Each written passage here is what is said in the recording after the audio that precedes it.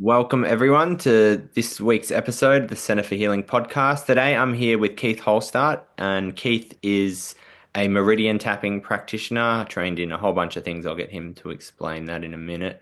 But Keith is also one of the main trainers and co-creators of the Centre for Healing's new modality, Somatic Acupoint Tapping, so SAT for short, is an acronym. And SAT is about to be released or just been released, depending on um, the when this podcast comes out. It could have just been before or just after, but anyway, you'll be able to look it up. Um, and so myself, Ryan, and Keith have been getting together for the past, probably year and brainstorming and working it out, Yes, has to be right. putting it. Yeah. So welcome, Keith. Great to have you. Thank you, Matt. Great to be here. Great to have this conversation. Yeah, wonderful. So tell us a little bit about who you are. What's your history with meridian tapping, how you got into this work and how long you've been doing it, etc. Um, I started using this technique about 25 years ago, and it wasn't something that I was planning to do. Back at that time, I was facilitating personal development retreats, which were largely around mindfulness meditation practices and that sort of thing. And I was running this retreat up the bush, up near Euroa, out um, in the hills there, and it was a 4-day retreat. And this lady approached me and asked me if I could help her with a particular problem that she had, um, which was a childhood abuse issue.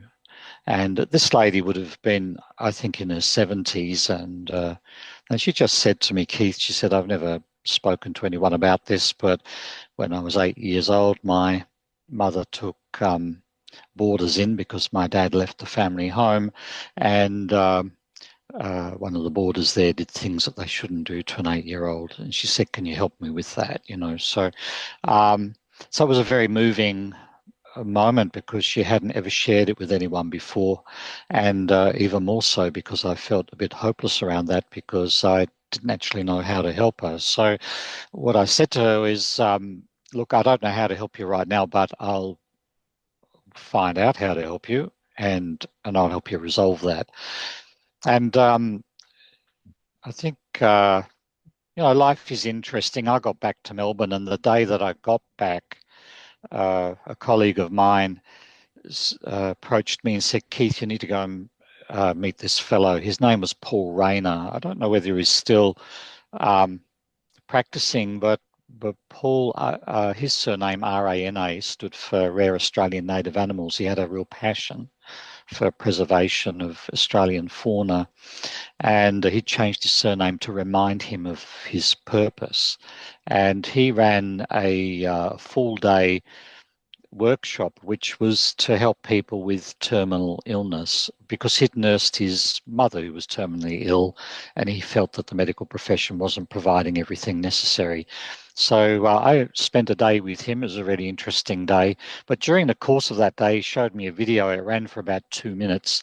And it was Gary Craig demonstrating how to use EFT, emotional freedom technique, which is a tapping technique, and the most well known probably of all the tapping techniques, and helping someone with a phobia of swimming, and then another of being in water anyway, and someone else with a phobia of being in a car.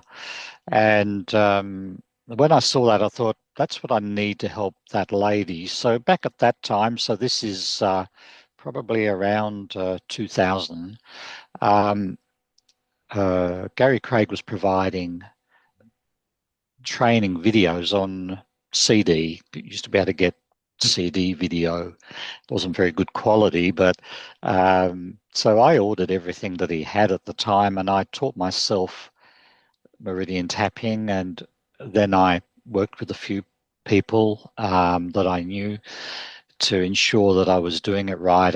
then I rang this lady up. So she lived up the bush, and next time she was in Melbourne, we got together and we worked on her issue, and she gave me a very nice testimonial. So she was really my first client. As I say, it wasn't something I planned to do. It was something that um, just happened. It evolved.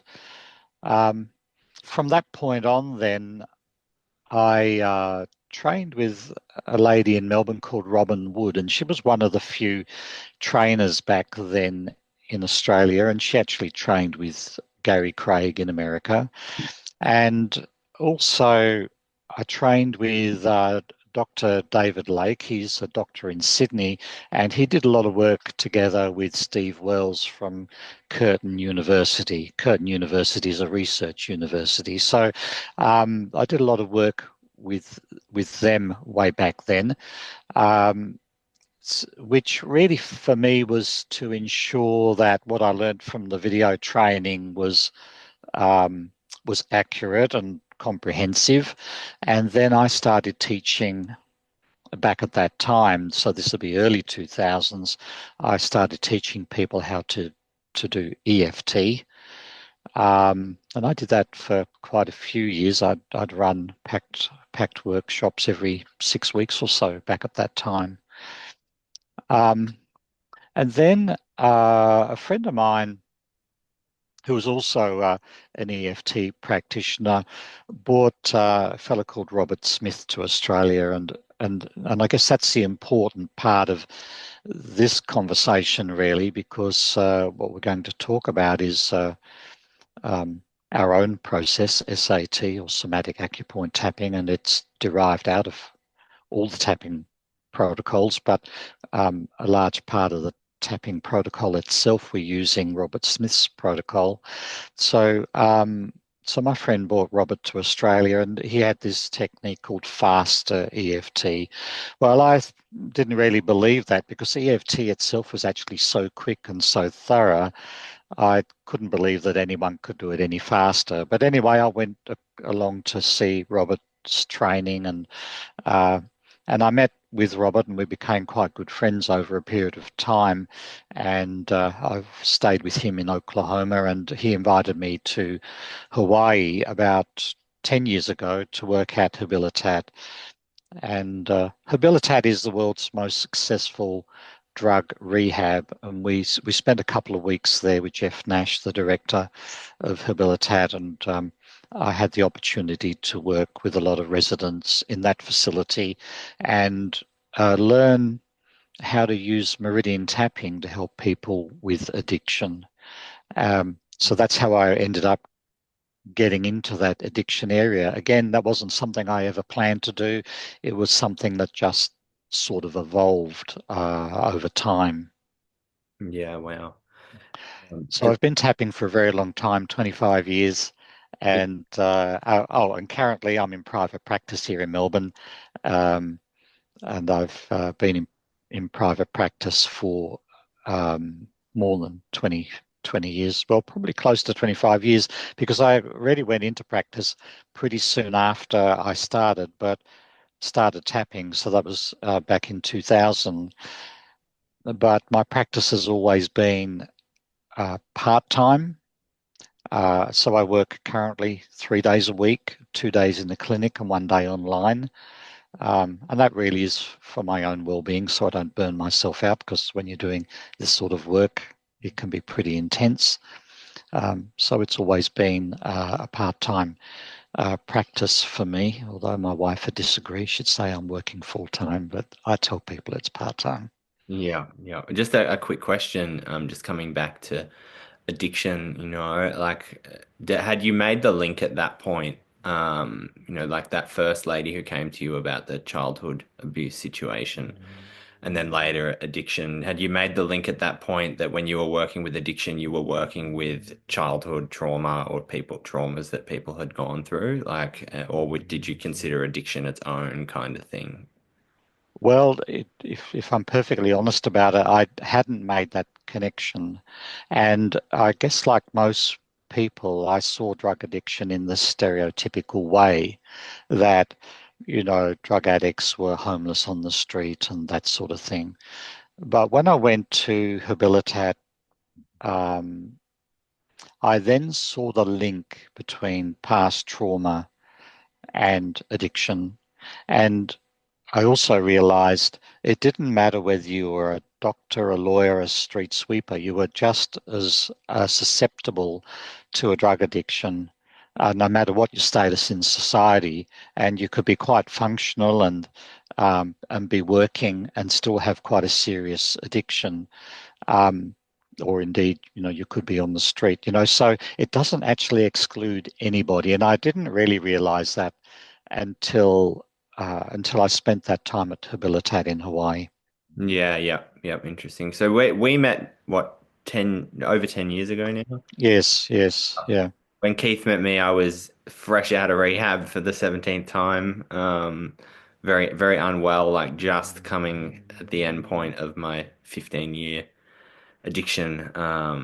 And yeah, I saw Keith as a client back then for a long time. How often did I see you? Probably weekly for week.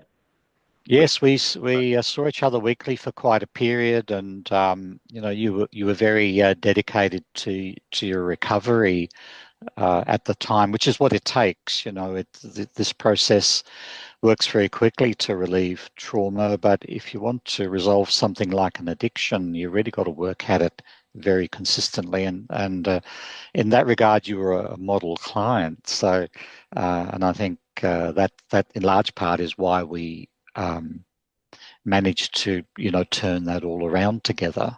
Yeah, yeah, and it's like I had no choice at that point. And me and you could talk about addiction.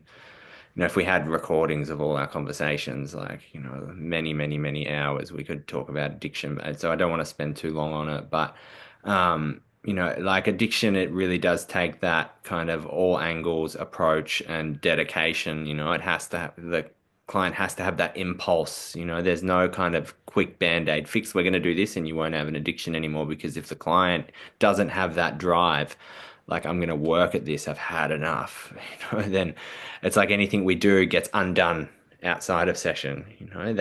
They recreate, we recreate the problems, over and over again. And so that desire, like, do you find that to be an essential part, of?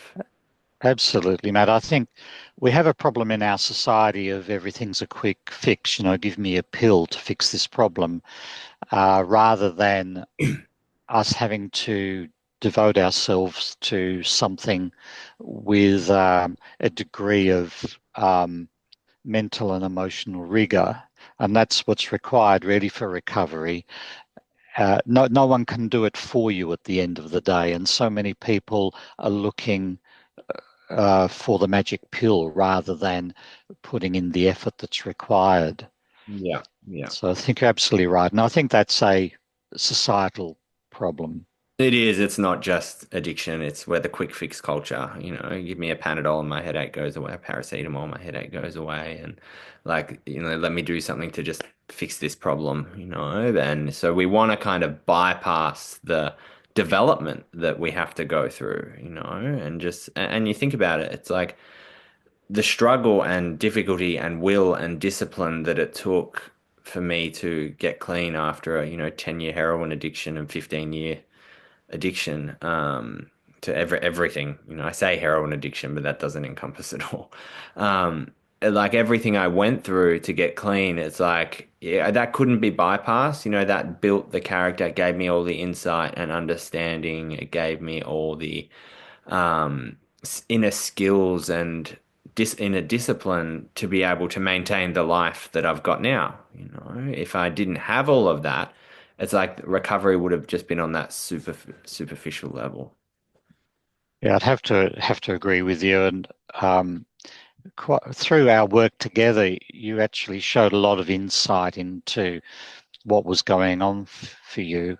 And really, at the end of the day, I think the client does the work. Yeah. What I often say to people is, I understand the landscape and I can help guide you through the landscape. And I can help you to overcome the hurdles. But the real work comes down to the individual and their motivation and dedication. Yeah, you can have the map and know the territory, but they got to walk the terrain.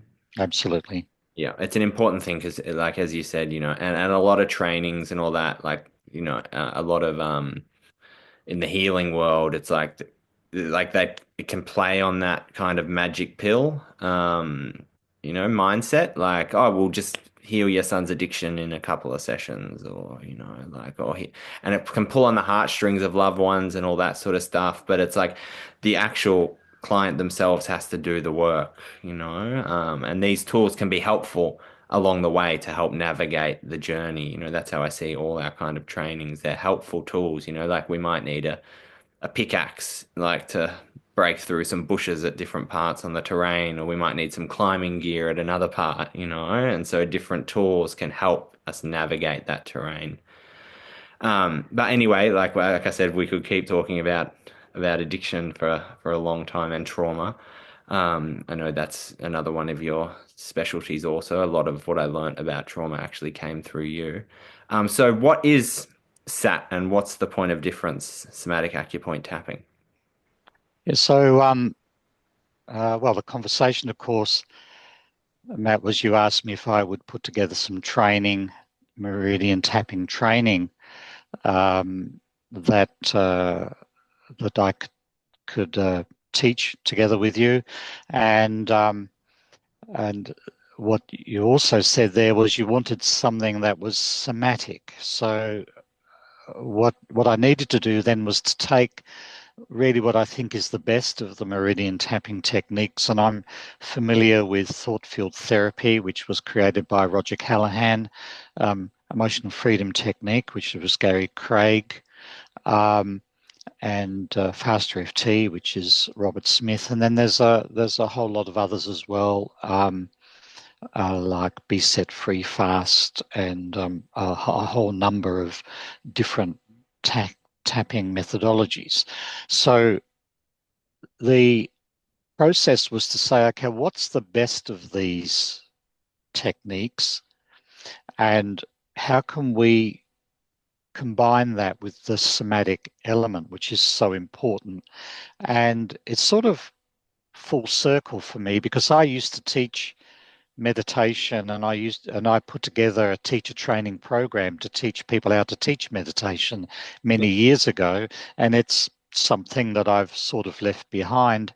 And when you asked me to put together a tapping program, it was really drawing on the experience of that time and bringing it together with the tapping. And to be honest, it's not something, it makes absolute perfect sense to me. And actually, having tested it with clients over the last 12 months, um, it certainly is more powerful than the other techniques that I use. But it wasn't something that I ever thought to do until we had that conversation. So it is interesting how that sort of evolved. So what is it? Well, it's a tapping technique like emotional freedom technique, faster EFT, like thought field therapy, and it takes elements from all of those and it combines the somatic component. Mm. And the somatic component is really, if we look at it from top down, what happens is we have a thought or we recall a memory. A memory is just a thought anyway. So we have a thought, and that then triggers an emotion in the body. And usually we stop at that. We feel emotional about something, and that usually then stops us from moving forward. And the meridian tapping techniques all stop at that level. They say, what are the emotions that you're feeling, and what are the images that you have in your mind? Mm. So if you have a memory, what's the detail in that memory? And then what's the emotional response to that? But with SAT, we then go to the next level. So it filters down further, which is what are the sensations in the body? And that's really interesting in working with people to observe what various people notice about that. because it's something that we've forgotten how to do. Yeah, yeah, yeah, definitely. I think we're born into the world with that because, prior to vocabulary, we don't actually have structured memories in our mind. And so then we don't feel emotion, but we know in our body that things are not okay. Yeah, it's just sensation at that point. Like a baby communicates with its environment just through sensation, and this is why things like touch and tone of voice, like they can't understand what we're saying to them, but they can feel our tone of voice. Like someone's tone of voice, you can feel it viscerally in the way they're talking to you. Your body communicates with the environment and on that nervous system level. And so sensation is a real primal form of not just communication, but way of experiencing the world. It's probably the most primal, It's like the first way we experience the world is through sensation. In the womb, we're just experiencing sensation because we can't cognize the experience yet. We haven't developed to that point. And even emotions and feelings, we haven't had that ability to label them. So if a baby experiences rage, they don't experience rage. Rage is an idea that we develop later. They experience raw, visceral sensation, so it's moving into that dimension there. That's absolutely right. And of course, babies can't self-regulate. They self-regulate through co-regulation with their caregiver, which is through touch. Yeah, exactly. And I know that the work that you're doing is bottom up, so it's from sensation up. And with the tapping, we're working the other way around. We're working from top down. So we're saying, what's the memory? What's the emotion that comes from that? What are the sensations in the body? Yeah, we're So including that dimension. yes, and I guess that's a big difference between what we're doing with SAT compared to other tapping modalities. Yeah. We're using the tapping sequence of FasterEFT because I just think that Robert's tapping sequence is genius, really, and it makes a lot of sense to me. There's only 4 tapping points as opposed to about 14 in EFT, um, or there actually can be some more than that depending on how it's applied. Um, so we're only down to four tapping points, which makes it really quick and easy, and it's easy to remember. And we focus on ourselves when we're using these techniques. Yeah. So the differences are subtle, but they're very significant compared to other tapping techniques. And I'm not knocking any other technique. I think they're all perfectly valid. They all work in different ways, different levels of effectiveness, and different levels of what would you say resolution. So what I found when I was an EFT, so I used EFT solely for 12 years before Robert taught me faster EFT. And with EFT, it was quite possible to bring resolution to a problem and it to come back again. With faster EFT, that didn't happen. And with SAT, it doesn't happen at all. Yeah. There's no, so if we resolve something with SAT, once it's resolved, that's it, it's resolved forever. That's the fabulous thing about it, really. Yeah, yeah. And so, that sensation level, it's where so many of our problems live because when we look at, and tell me if you agree with this, when we look at our problems, they're always reenactments, of certain tension patterns and certain ways that we regulate stress that then rise up and then manifest themselves as whatever kind of situation we're in. And would you agree that we can relate almost everything back to those first 7 years of life, even those first 3 years of life, and the relational patterns and stress patterns that we develop early on then? Mhm. Yes, I agree with that. Actually, when I'm working with clients, I use an image of, and I think it's in some of our training, I use an image of an iceberg.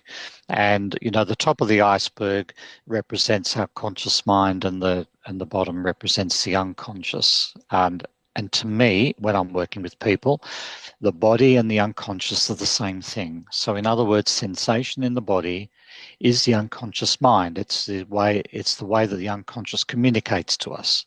That's why the language of the felt sense is so important. Yeah.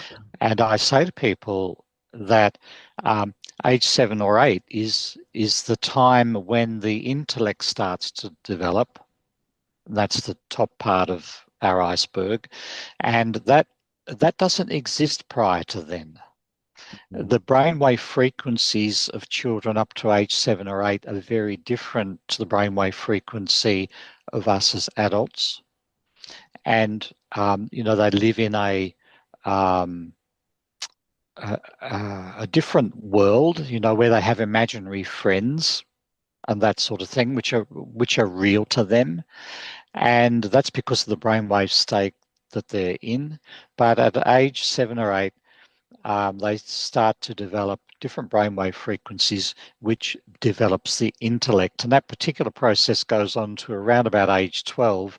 And then the brain goes on a pruning process. And it says, we've got all of this circuitry in the brain so that you can do anything. You can learn anything, you can be good at anything, but you haven't used it for the last 12 years. You're not likely to use it. So we're going to start pruning it out. Yeah, yeah, yeah. So that's what happens sort of neurologically.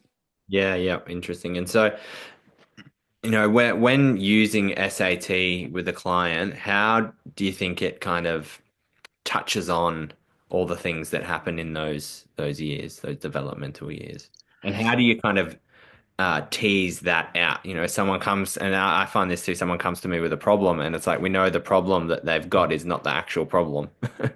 And so how with using SAT, how do you kind of tease things out? And what do you find, like where do you end up when working with people?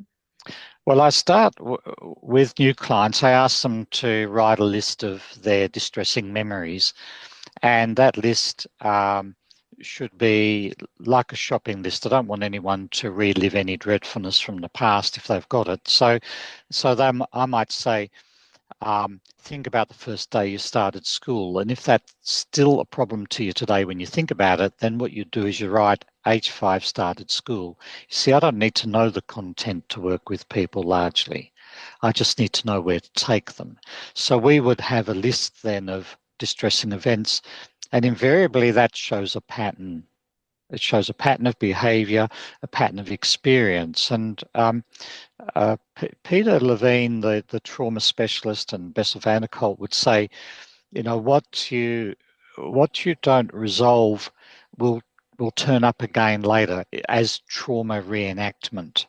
So, for instance, if someone was brought up from childhood with abuse, then they see abuse as love. My view is that we are hardwired to see our caregivers as loving. And so whatever behavior that they demonstrate, we interpret as love, Mm, no matter what it is, because we don't know at that point yeah. um, what love is. We don't know at that point what right or wrong is, or good and bad, because we're unconscious. And so, whatever the behavior is that's extended towards us will be interpreted as love. And so, if we're brought up with abuse, whether that be verbal, physical, or some other behavior, then we interpret that as love. And then what happens later on is we look for that behavior towards us because that's what makes us feel loved, even though it might be painful. Yeah, that's heartbreaking to think It like. is, yeah. And they're the unconscious patterns that are going on. So you're absolutely right. Prior to age 8, 7 or 8, roughly, those unconscious patterns start, and people don't even realize that they're there. So I see our jobs as practitioners to see what the patterns are that need to be broken so that people can make different choices. Yeah.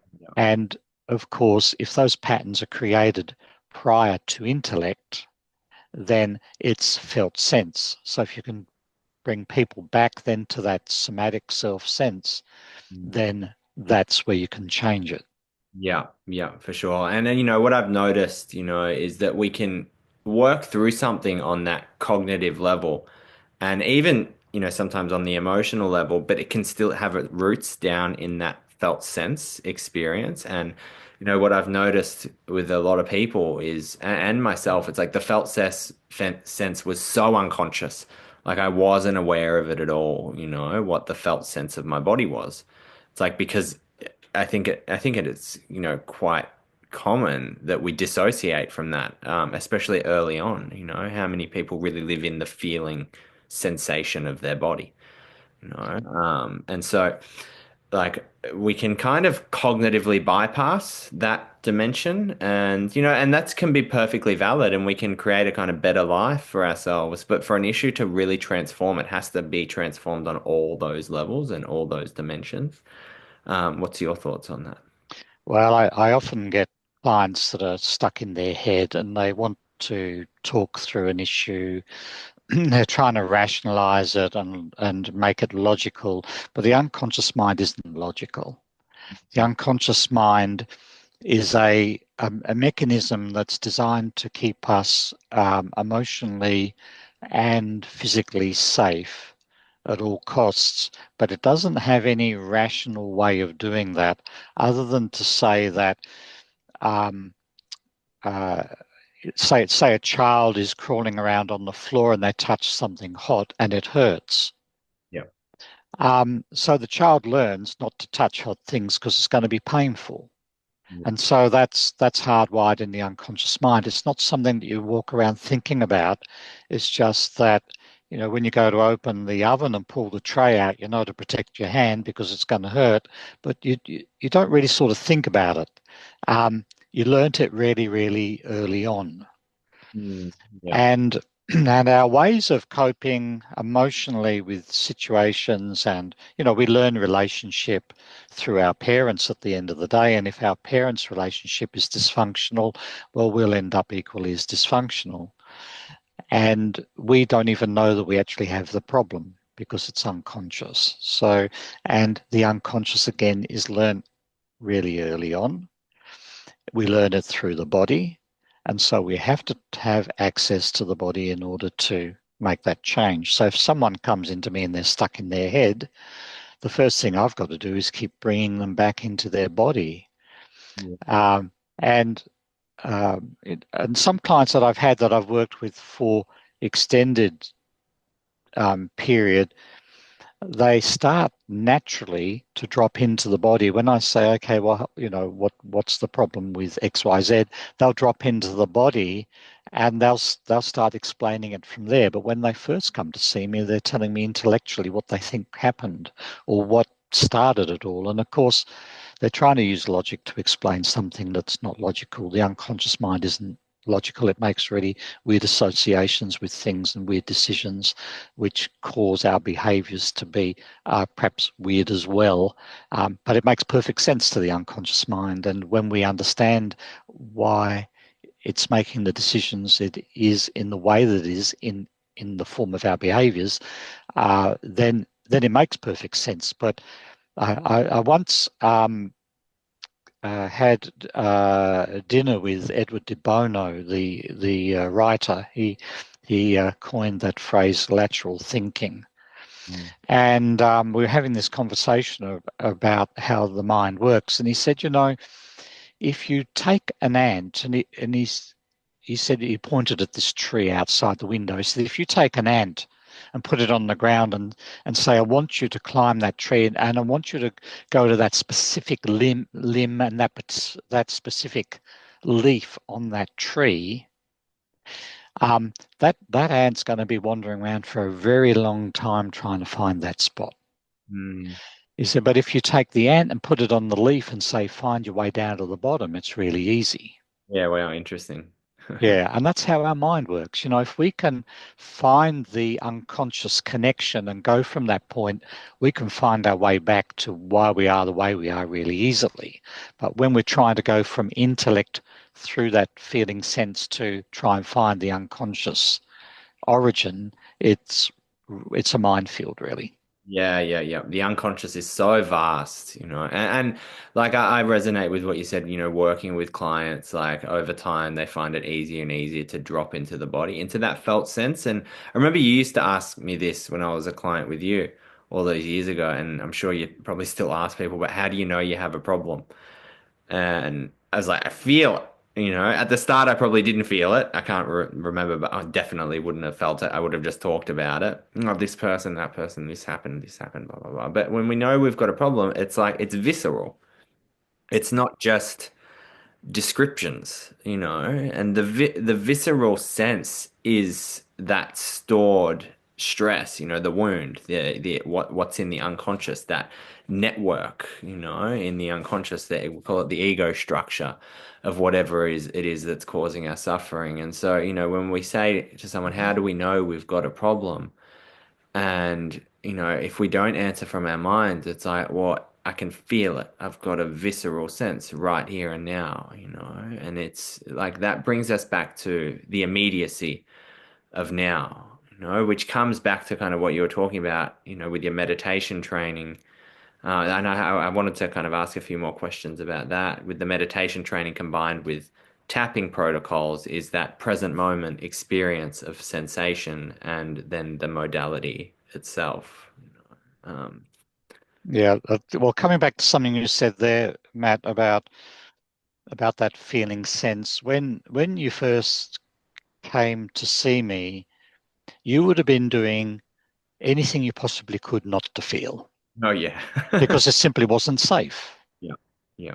Um, and really, when we're doing this work with SAT, what we're doing is we're creating safety within the body.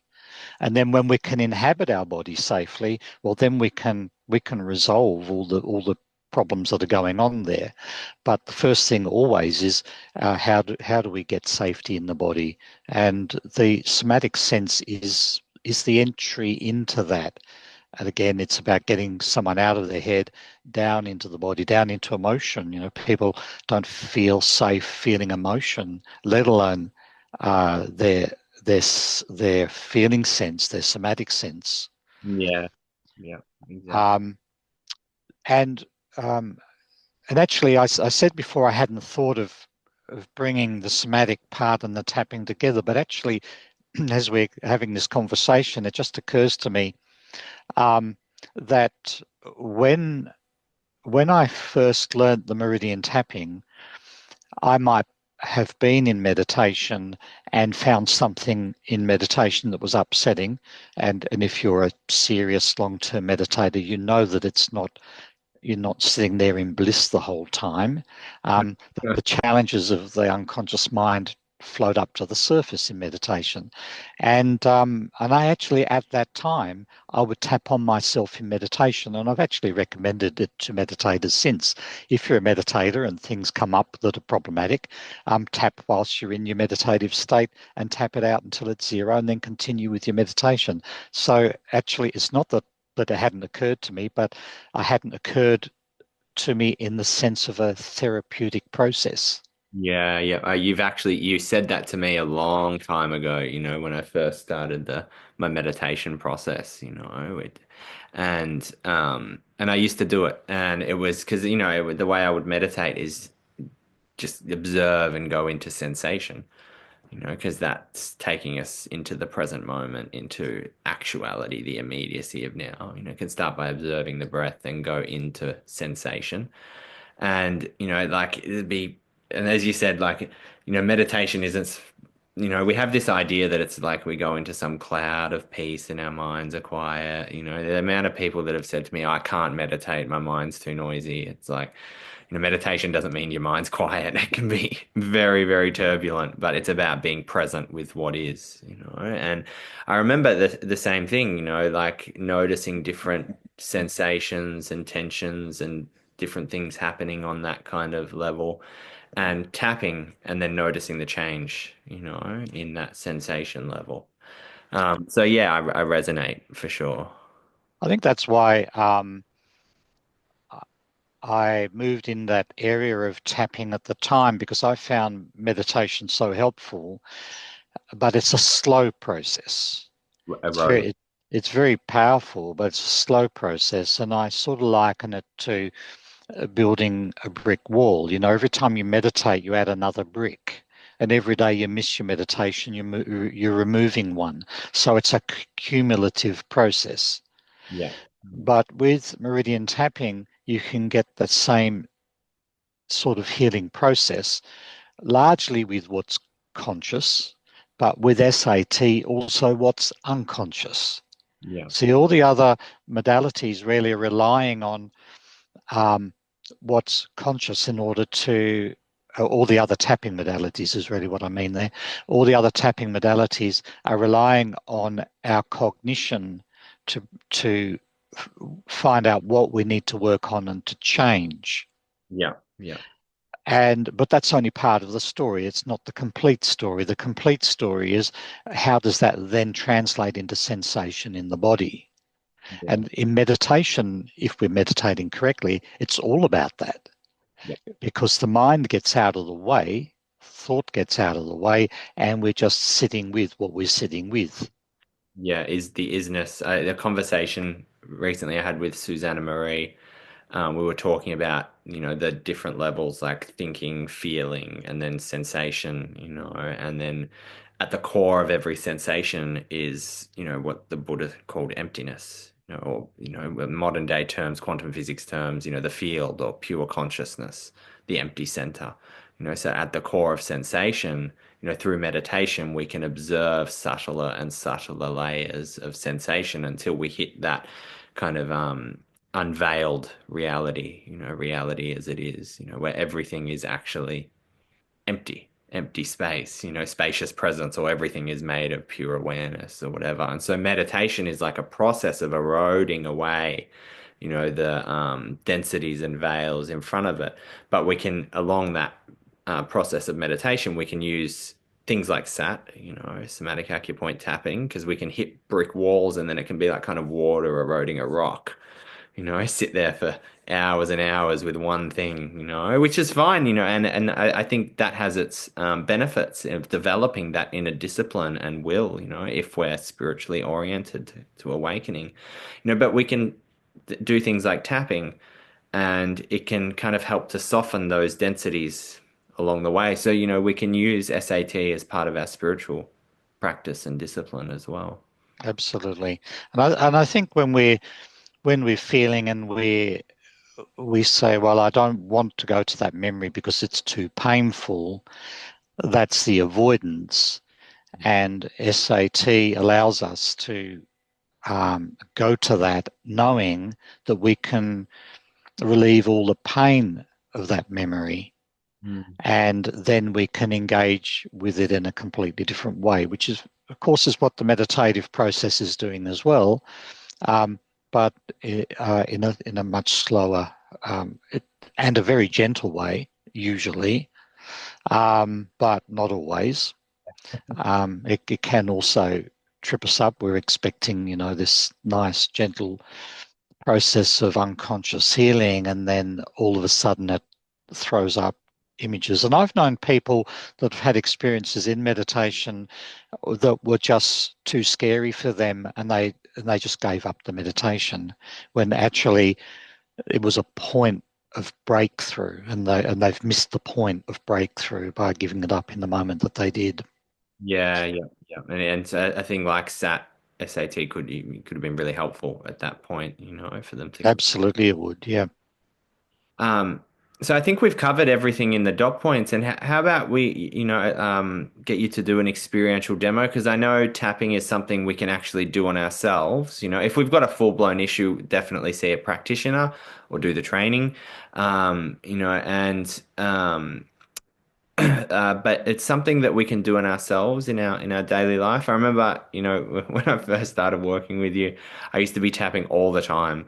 Like I'd walk through the supermarket tapping on these points, like people would be looking at me like, what's he tapping on his head for, And but I'd do it all the time. Like I was that kind of desperate, and so it's something that we can do on ourselves. And maybe you could just give people a bit of a demonstration. If you're listening to the audio, just listen. He'll explain the points. I think a lot of people don't watch the video for the podcasts, but just so do your best to visually explain it. Mm. So we'll run through that. So there's a few things to understand, I think, before getting into that. Meridian tapping is used a whole lot more than what we realize. And uh, if you watch, say, something like a replay of the Olympic Games, it's not unusual to see players in the background walking around and tapping and doing exactly what you were saying, Mm.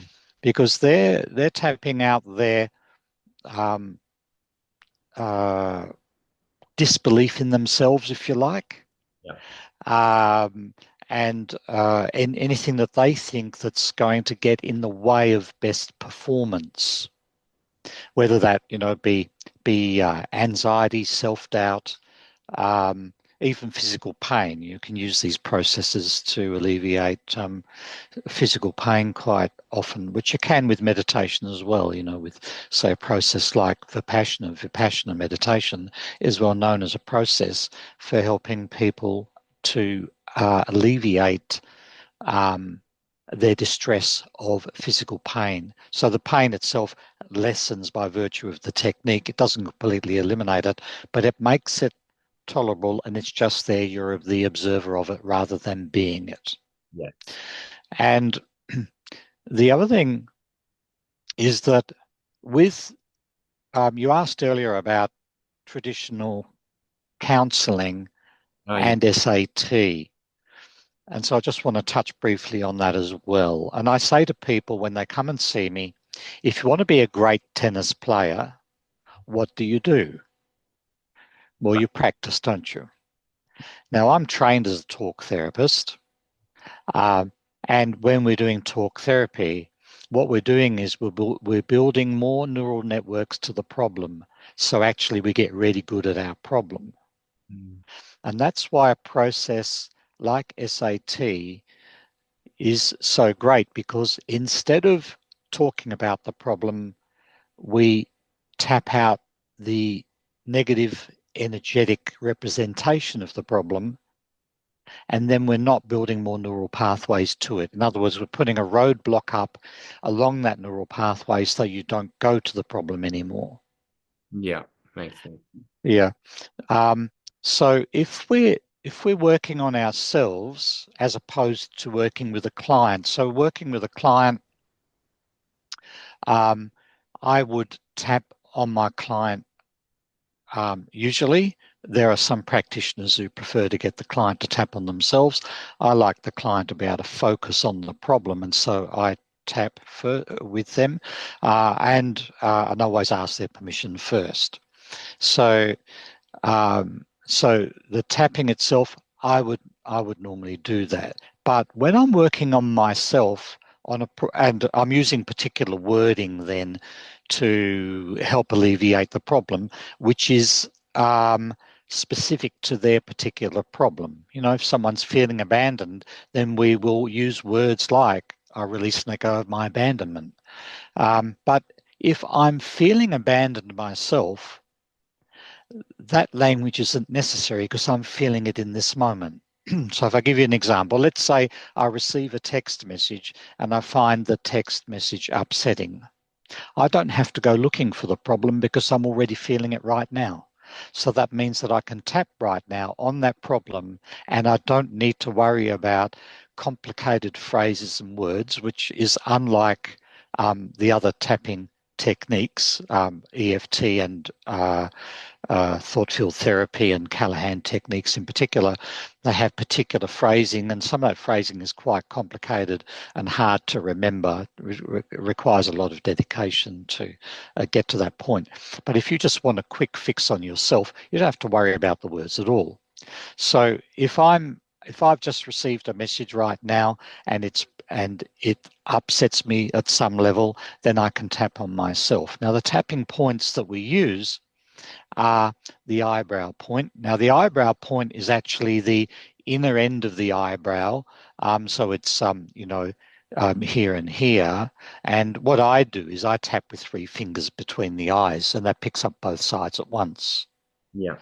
Then the next tapping point is the side of the eye, and it's on the bony part on the side of the eye forward of the temple.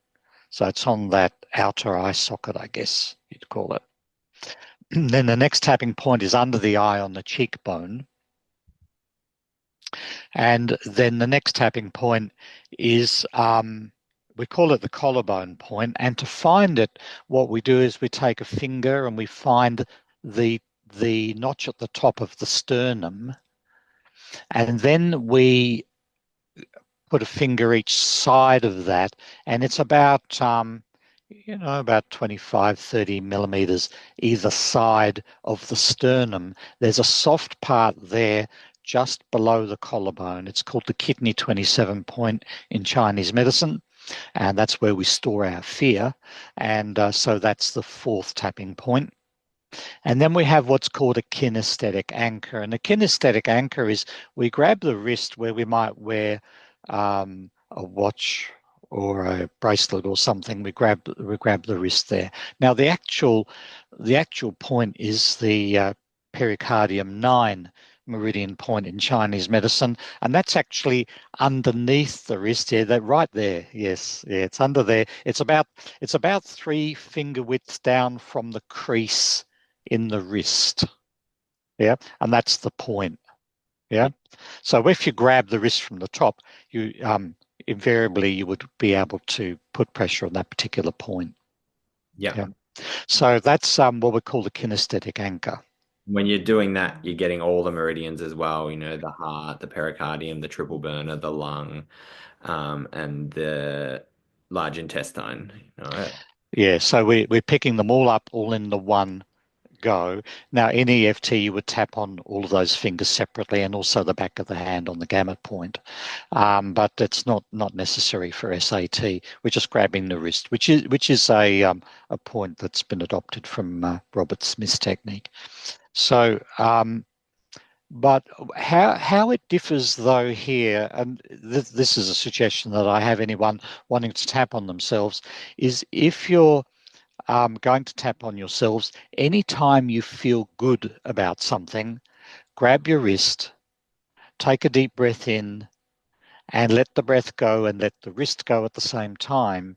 And then I would use the word peace, but it can be any anchor word that suits you, right? It's an anchor word. So we use the word peace, but it can be any word. You Yeah. could say calm or free or, anything that works for you. But I'll always use the word of peace as the word peace for consistency. So, so I suggest doing that whenever you feel good about something. And really, what we're doing is we're training the body that whenever I grab the wrist, go and look for a good feeling. Mm. And if you have a good feeling and a bad feeling, and you bring them together, they actually collapse. So the idea is, people can do it this simply. If I use my phone call example, I get the phone call, I find it upsetting, or the message, and I grab my wrist and I think about feeling good. And because I've taught my body to feel good whenever I grab the wrist, it goes to look for the good feeling. I go and look for the good feeling, take a deep breath, let it go, let the wrist go. And frequently that will actually resolve the problem just doing that without any further tapping. Yeah, yeah, yeah. Um, it's a good bad collapse. So if I'm actually working specifically on the problem, so this is me, I've got this problem, I've just been upset by that message or that phone call, and I want to work on it right now. All I have to do then is tap on the eyebrow point. So again, I would use 3 fingers and tap between the eyes, and all I do is say, I release and let this go. Then tapping the side of the eye on the bony part forward of the temple, I release and let this go. Then under the eye on the cheekbone, I release and let this go. Then on the collarbone point, which is the kidney 27 point, that soft part next to the sternum, I release and let this go. Then I grab the wrist and I think about something that makes me feel good. Or if I'm working with a client, I do that very subtly differently. And I'll explain that in a second. But I would just grab the wrist, think about something that makes me feel good, take a deep breath. When I've found that good feeling, take a deep breath, let the wrist go, let the breath go, and just say peace. And then I check in with how that feels. Now, what I found is between 1 and 3 times will eliminate the emotional response to whatever that trigger was. It's sufficient. Yeah, wonderful. Now, in SAT, if I'm working with a client, we do that a little bit differently. when we're doing the kinesthetic anchor, what we're doing is we're saying, how would you rather feel about this? So let's say I'm feeling stressed out, and I might say, well, I'd prefer to feel calm. So then I'd say, okay, well, can you imagine being calm, or can you think of a time where you felt calm? And the client might say, well, I remember, on the Gold Coast, I'm on holiday, I'm just sitting on the beach chair on the beach, and I don't have a worry in the world. Okay, so then think about that, find that feeling, and then go to the wrist and anchor it. Right, because if you were stressed, if you felt calm like you were sitting on that beach chair on the Gold Coast, would that be better than how you're responding? And of course, the answer is always going to be yes. So then that's what we're looking for. We're looking at switching the unconscious mind from that stress state to that calm state that we already know and we've already experienced. Yeah, so we're regulating the nervous system in and out of distress, which is Correct. kind of brings in the pendulation aspect. So, SAT really combines, Keith's life experience, but also embodied processing and the pendulation somatic work, so it's the kind of meeting of those two things. And within the training, we talk a lot about like pendulation, and also everything Keith just said is a way of resourcing. And you'll actually notice if you've done the EP training, we use grabbing the wrist kinesthetic anchors. We use resourcing in the form of a memory and imagined place or safety in the body, and a bunch of other ones now, as a way to find safety and regulate the body to bring the person back to stability. So then we can go into whatever the problem is from a more regulated place. And so there's all these principles that kind of can overlap, with kind of traditional somatic work and the principles. And they're really important, especially when working with trauma. So just also, so everyone knows, you can actually look up, if you look up faster EFT points on Google, there'll be a picture. I think it's a little cartoon picture of Robert Smith, and it's got the tapping points between the eyebrows, the next to the eye, the cheekbone, collarbone, and then grabbing the wrist. So if you're listening to the audio and it's you kind of hard to follow, you can actually just Google it. Um, so basically, just to simplify all of that, Keith, we tap on these points and just say, let it go, and grab the wrist. And Yes, if we're working on ourselves, then that's all we need to do. Yeah. Oh, firstly, we're recognizing the problem. We notice how we know we have the problem, of yeah, course. Yeah. And so if I use my example again, if I've received a message or a phone call that's upsetting to me, the way to do it with SAT would be to say, that's upsetting. What am I feeling? Firstly, there'll be an emotional response that trickles down to a somatic response in the body. So we observe that. So first of all, we want to know how we know it's a problem to us. There'll be an emotional response. There'll be a somatic response. So we want to register that firstly. Then we tap on it just by saying let it go, right? Because we're already experiencing it now. So the words don't need to be complicated. It doesn't have to be any more than I'm releasing and letting this go. And then we are choosing our somatic preferred response, mm, which is I'm laying on the beach on the Gold Coast. Um, and so we tap into that. We make that as real as we can when we grab the wrist. That's my preferred somatic response. And that's where we finish the tapping. And yeah, then we measure it. We go back and say, okay, how big is that now? How do we know? We know by whether we're feeling emotion or whether there's a somatic response in the body, a negative one. And then we go back and we tap on that again, just letting it go.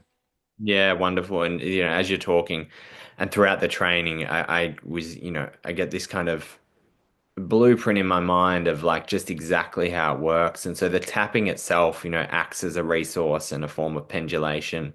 The memory and the grabbing of the wrist, the points in the meridian systems act as a way to kind of metabolize whatever distress is going on for you. And then there's the awareness of it all, the observer that notices that there's a problem. So often when we have a problem, we're just unconscious and act it out. But so as soon as we notice it and feel it in the body, we might notice a clenching in the gut from the text message, or a kind of contraction in the heart, or a kind of closing over in different areas. Usually, those sort of things come up as a bracing pattern with like a bit of activation, happening. And so we notice that that brings the awareness online, the sense of being an observer, the witness. So we're disidentified from it. And then we can tap, which brings in that natural form of pendulation and also the resource and helps bring the body into it as well. And then, by grabbing the wrist, returning to a memory helps to then regulate that distress. So it's a wonderful process, and it works a lot like EP as well, but brings in this whole other modality into it as well. I think, Matt, when we were working together, you'd probably agree that by using the process in this way, it actually brings about mindfulness automatically Yeah. without the effort that seems to be required to do a mindfulness practice. It just starts to evolve naturally as part of the process. I'm feeling something that's uncomfortable. I tap it out. I feel okay. And then the unconscious mind automatically is looking, it knows that you have a remedy for any distress in the body. So it then starts offering things up. Yeah. Then you start tapping those things out. And of course, that's what mindfulness is observing those things that are changing in the body, whether they're good or they're bad. Make And it seems to automatically evolve with SAT. Exactly. It comes back to that, Carl Jung quote. We'll finish up in a second. Until you make the unconscious conscious, it will direct your life, and you'll call it fate. So, and it is the process of bringing what's unconscious conscious. And once we start that process, I find it's like siphoning a hose. Like you put some effort in at the start, and then it just all starts coming out. On Absolutely. Yeah. that point, you don't have a choice. You got to keep going. That's the interesting part of it. You can't plead ignorance once you start the process, because you know better. Exactly. Yeah, you're aware. So thanks, Keith. That was a wonderful conversation, and I look forward to having all students join and seeing how the SAT evolves. I know we've got advanced and level two, all of that planned as well for the future, and I'm looking forward to seeing the community grow and where it all goes. Looking forward to it too, Matt. I think it's going to be a terrific program. It is a terrific program because we've already put most of it together. So we already know what's there and ready to go. And I think it'll be terrific. And for many people, it'll be life-changing for sure. Beautiful. So thanks so much, everyone. And we'll put the details below for the training, and also Keith's details because Keith also sees clients one-on-one. I don't know how much space you have, but I'm sure you'll let people know. Beautiful. Thank you. See you, everyone. Thank you, Matt.